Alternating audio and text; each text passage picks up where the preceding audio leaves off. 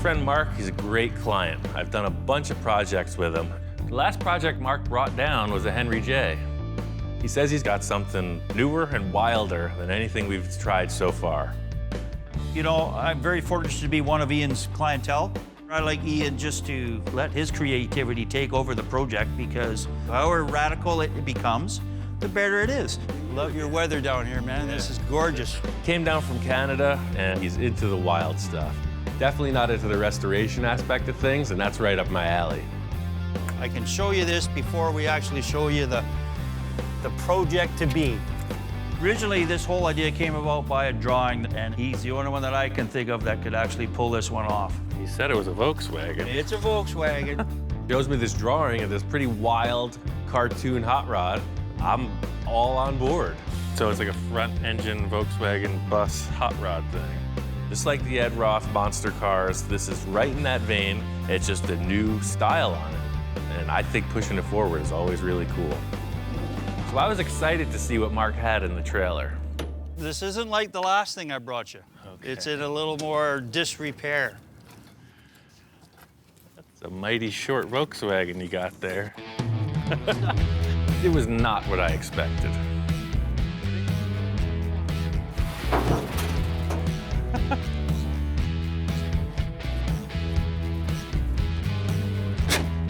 Here come the clowns.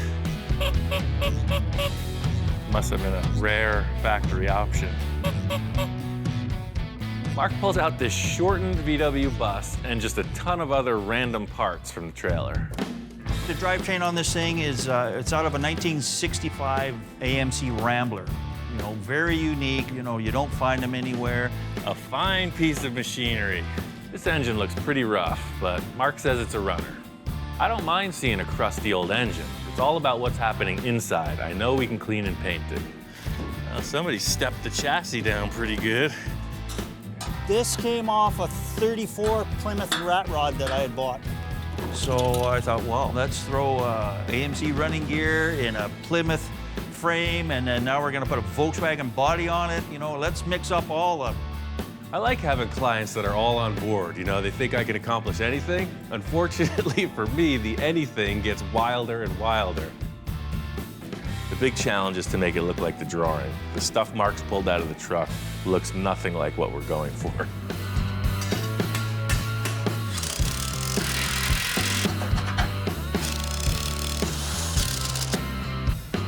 All right, so that's a roller.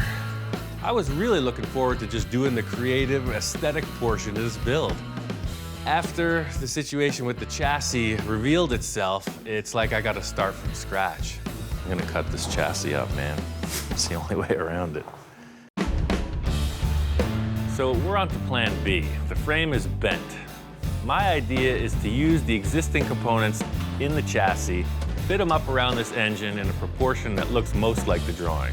Mark says this engine has been sitting for a while, and the typical statement of, ran great when it was parked. Turns over, it's not seized. I'll clean this engine up later. I want to get it in place and mock the whole car up around this engine. I learned this technique when I was 5 years old, playing blocks in the living room. It's the same process. I got an A+ on that course, by the way.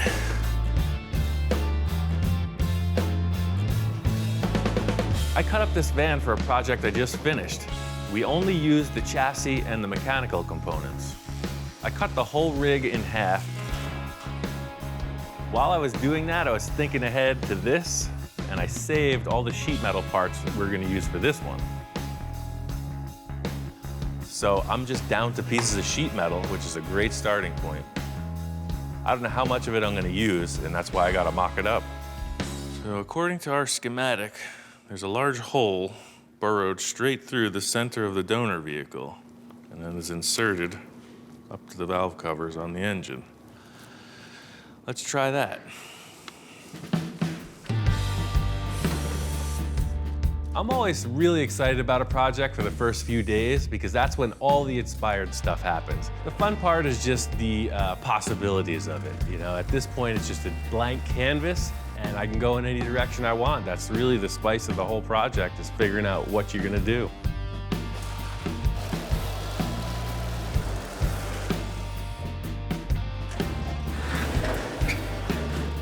drawing is done by an artist named Johnny Jalopy. He does a lot of really far out car illustrations that exaggerate reality.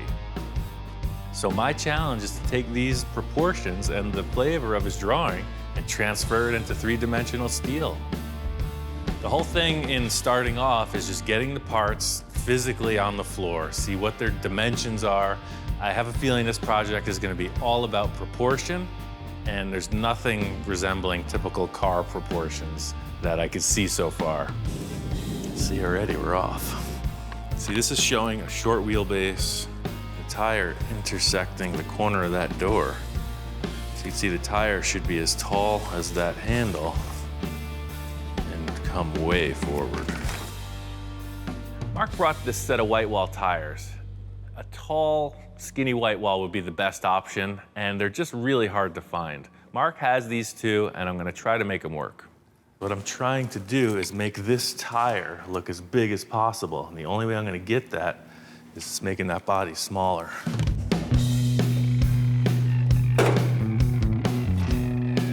Well, it's apparent this whole thing just got way more involved than I first considered. By looking at the drawing, I can tell that the nose doesn't look anything like it. The doors are way out of proportion. The A-pillars are wrong. The roof is wrong. So really all I'm seeing using as a starting point is like a bare skeleton. I'm gonna cut it long ways, short ways, sideways, up ways, and down ways.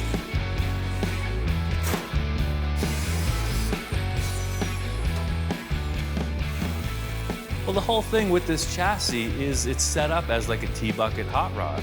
You know, it's a short wheelbase, big engine, big tires. That's the look. My challenge is to take this utility vehicle and somehow morph it into this cool hot rod shape. If you ever sat in an early model pickup truck, 34 Ford for instance, they're miniature. So this is just getting closer to those proportions. I basically just need to shorten the door by a foot. Any moving part, once you start sectioning, it starts to get a little sketchy. I chose to leave all the latching mechanisms and the hinge mechanism in place. That way I had a 3-point reference, 2 hinges and 1 latch. By leaving all the factory components in place, it's just a huge time saver. All I did was cut through the sheet metal and put it back together. I think I'm onto something. This is looking good. I like the proportions of the lower half of the body, but there's really no other way to go about this other than to recreate an entire new top of the car. We're not out of the woods yet, man. This is a good start. I'm gonna put this good quarter panel on and see how it looks. It's all about moving forward.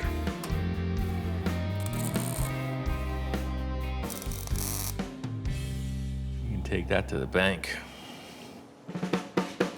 I'm looking at that, and I'm looking at that, and I'm very happy with it. His picture shows the bed being a little bit bigger, but I think this nails it. The shorter bed makes the wheel look bigger, and that's a win. All right, so today's adventure, that does not look like that, so I'm going to make it. How's that sound? The drawing shows an earlier split window. We've got a later bay window bus. I want to make this look just like the drawing, so I have to build a whole new windshield frame and dashboard. I just took 2 pieces of sheet metal, put them in the brake, and created this flange that the window glass will attach to via a rubber gasket.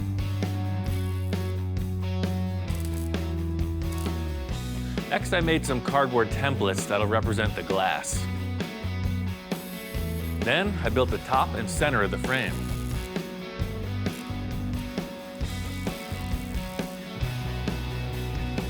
The roof on the drawing is a super unique shape, and I'm trying to figure out how to make that happen. When I was at the VW car show, I was looking at a bug roof from the back, and it just gave me an idea. I have one of these domes, and it's just way more pronounced than the bus roof. If you really look at the Beetle, you'll see that towards the windshield, it flattens out. It's the most curvy right above the back window. So I cut the rear portion of the roof off and stuck it on here backwards, and it worked perfect. What's not to like about that? That's it. See, his drawing has a really nose-down attitude. You don't even care. This is a breakthrough. This is a moment. This roof still needs a lot of work, but just to get this dome and put it in place is a big breakthrough. That's the proportion. I'm using this round tube to create the front of the visor on the roof, and this is going to represent a drip rail all the way around the perimeter. Just slapping a piece of sheet metal on, looks pretty loose, ragged, so this gives the sheet metal a definite formed edge. No sharp metal, nice rounded edge, and it's strong. Now that I see this, I am genuinely impressed. It looks great. Pretty committed to replicating the drawing as close as possible, but in working with these metal shapes, I think it's given this windshield area an even cooler look. This is just a little more radical. You got some really cool dimension as compared to this. It almost looks flat. It was nice to end the day on a positive note. I'm gonna talk to Mark about the engine situation tomorrow. If we can't find another engine, and this could really set us back. I got the whole front windshield established.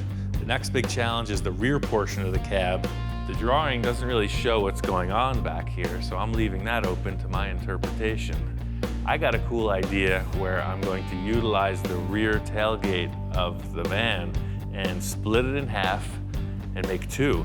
The portion with the rear window will be back here, and then the lower portion with this detail of the body sheet metal will stay here. Being that the cab is so much narrower, the whole rear window frame and the rear hatch have to be reconfigured. It'd be nice to just cut it in half and put it in place, but all the proportions are changed. Taking all the leftover pieces of the car and just refitting them in a way that the hinge mechanism will work and the rear hatch will open and close smoothly. It's just way smaller. So, you want to ride this thing, don't you? I know I do. That opens, you got your breeze. There's room to cruise, man. It's gonna totally work. So, the second part of this is the lower hatch. I'm gonna leave the center. It's twice as much welding. Put both sides inward.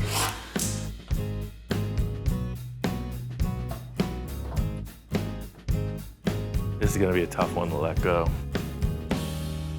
This is coming out cool. Look at it, it's a miniature Volkswagen. Critical element in every build is the envisioning tool. You know, I don't know who else uses one of these, but I've got a number of them. To get this roof right, I'm gonna have to just focus. So you see, anything could happen with this roof line. So if that's coming up like that, I got my two marks. Yeah, see, that's kind of baseball hat style right there. The whole purpose with this technique is to just see how the roof line is gonna flow out. With the original structure in place, it was gonna look like a big hunchback. What I'm trying to do is just take this curve and make it flow gracefully right into the visor over the windshield. The whole thing about this roof and my enjoyment of it, I guess you could say, is just that I'm trying to figure it out as I go along. No preconceptions, just letting the metal tell me where to go.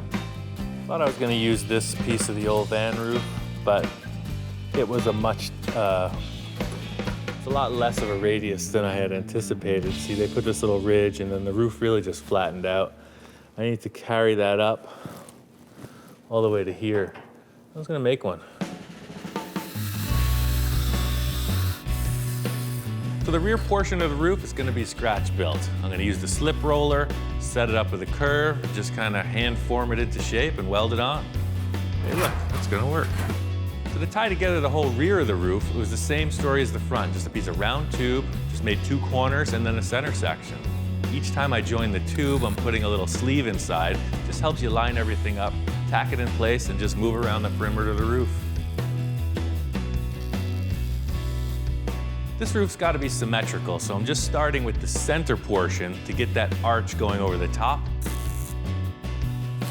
The left and right quarters are going to have to be made independently.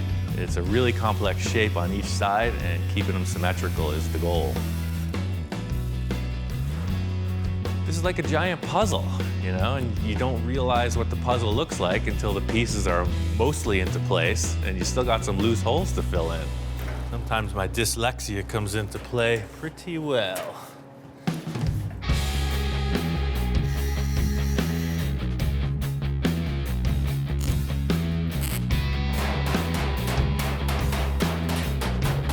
These rear quarters are pretty complex. I'm thinking it's going to be the easiest way is to just create a series of triangular shapes, tack them together, and then hammer and dolly them into shape.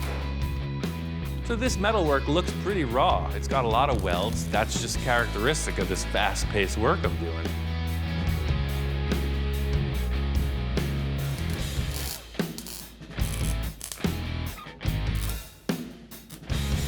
Yeah, actually, from this view, that's the drawing. It's totally got the feel of it. The thing that did it was the raking of that drip rail. That no car does that. So only a drawing does that. You can see he's showing a really high crown over the whole thing. I thought I was losing it in the rear area, and it did come down a bit, but it's still pretty hyper-exaggerated. Getting the roof figured out was a big hurdle. A big success, but I really want to get this engine figured out. I'm gonna get on another Skype call with Mark and figure this out. Ian, how you doing, buddy? Hey man, how's it going? Oh, good, man. I am out of here in a day. So, Oh, cool. And I'm stoked because I got some news for you. Yeah, I have an engine. right on. I'm out of here tomorrow, so my plan is to get home, get this thing loaded, and I'm driving it down to you, and we're gonna put it in this buggy together. That's great. The sooner I can get it down to you, the sooner I can bring this thing home. I'd like to bring the van home with me, because otherwise I'm just coming back with an empty trailer. But I'm there to help you, buddy, so whatever it's gonna take, but I'd really like to bring this thing home. Okay. I don't know how you feel about that. What's your time frame? Well, I'm out of here tomorrow. So it's 2 days to get home, another 2 days to get there, so within a week, buddy. Okay. What do you think? How long you staying? 6 months? Oh, is it gonna take that long to put the engine in? Or what? I don't know. I'm still. I could stay a week.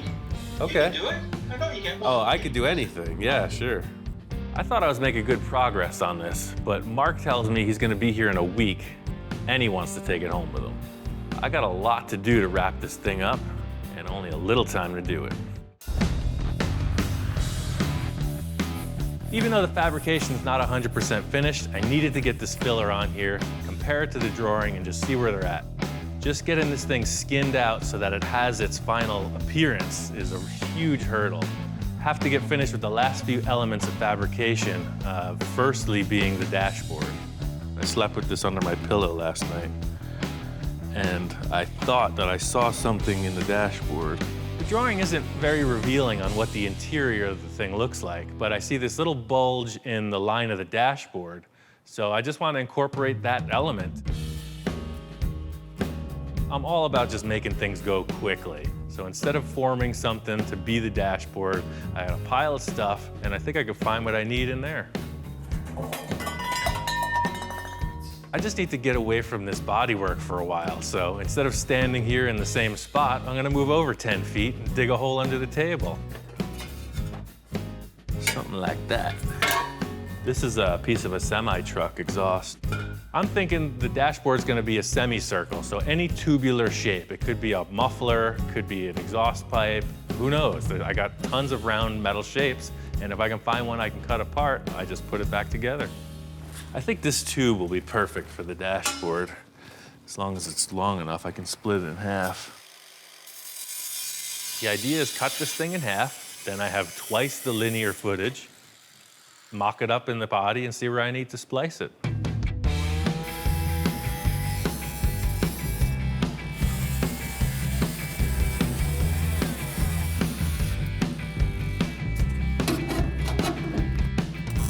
The whole idea here is simplicity.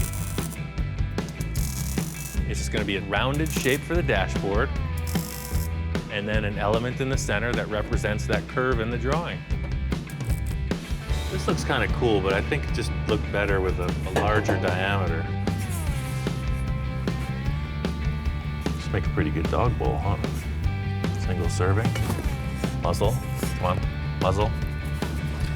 Want some water? Thirsty? Come on.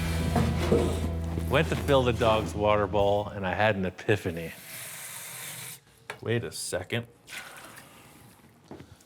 I was all set to mock up one of those other shapes on the dashboard, and it just occurred to me that I was filling up the perfect thing to go on the dashboard. I think we're just gonna trade out somebody's water bowl. Here you go, drink up. Look at that. Now that is a shape. Stainless steel. You need this? I didn't think so. Right away, I can tell this dog is attached. He's had his face in this bowl since he was born. So there's a level of attachment, and I'm gonna have to break it. This is being repurposed. It's just part of what we do here. I know, it's your favorite accessory, but look at that. You have that look of detachment in your eyes. It's time to grow up. It's time for a next chapter in his development. I can put some kind of a gauge right here on this face. This is gonna be painted and finished like the rest of the car. I'm just looking for the right shape.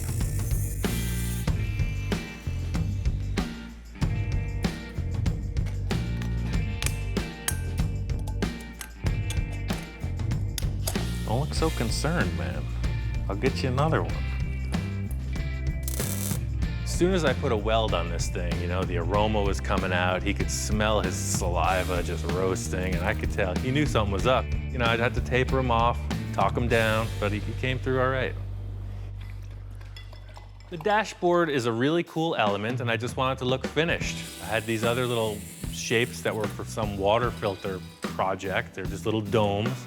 I spliced them into the end of the dashboard, and it just finishes it off. Instead of seeing a rough sheet metal edge, it's a nice curved element. This is a pretty minor detail, but you need a dashboard. I need somewhere to put this set of gauges Mark gave me, and I want it to look like the drawing. Up to this point, I've been working from a line drawing, and that's really helped with the building of the structure of this. Johnny sends a color picture. He's got this really vibrant, kind of toy race car feel. To see a colored in rendering of what the whole thing's supposed to look like, that gives me an idea of the finish.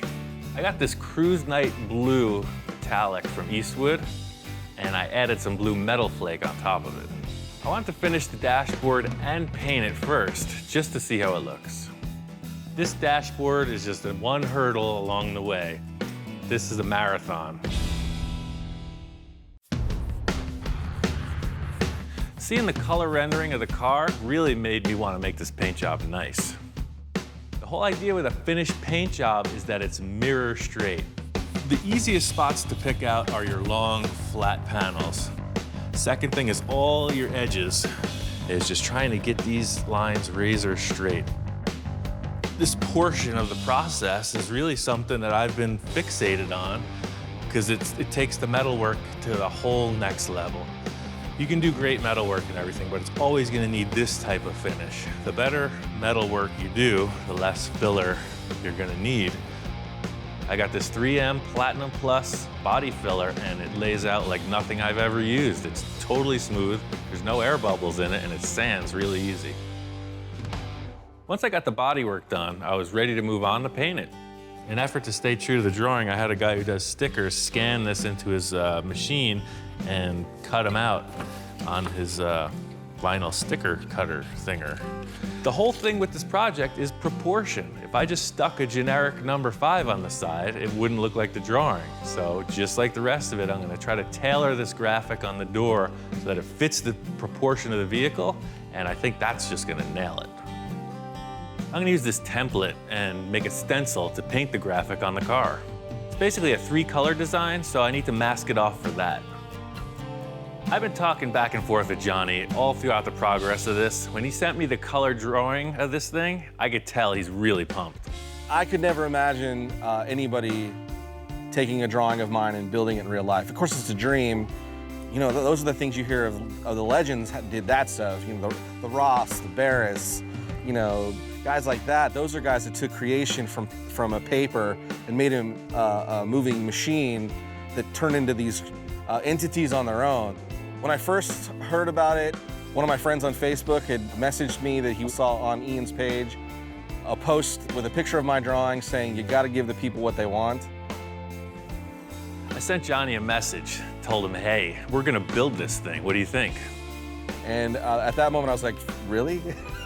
Are you kidding me? Cheesy to say, a dream come true kind of thing, but you know, it is. You know, that's. I'm glad that Johnny's on board. Super excited. It makes me really want to do this thing right, get all the details in order. With the metal work, you're creeping up on an end result, but the paint work, you don't realize it until you peel back the wrapper.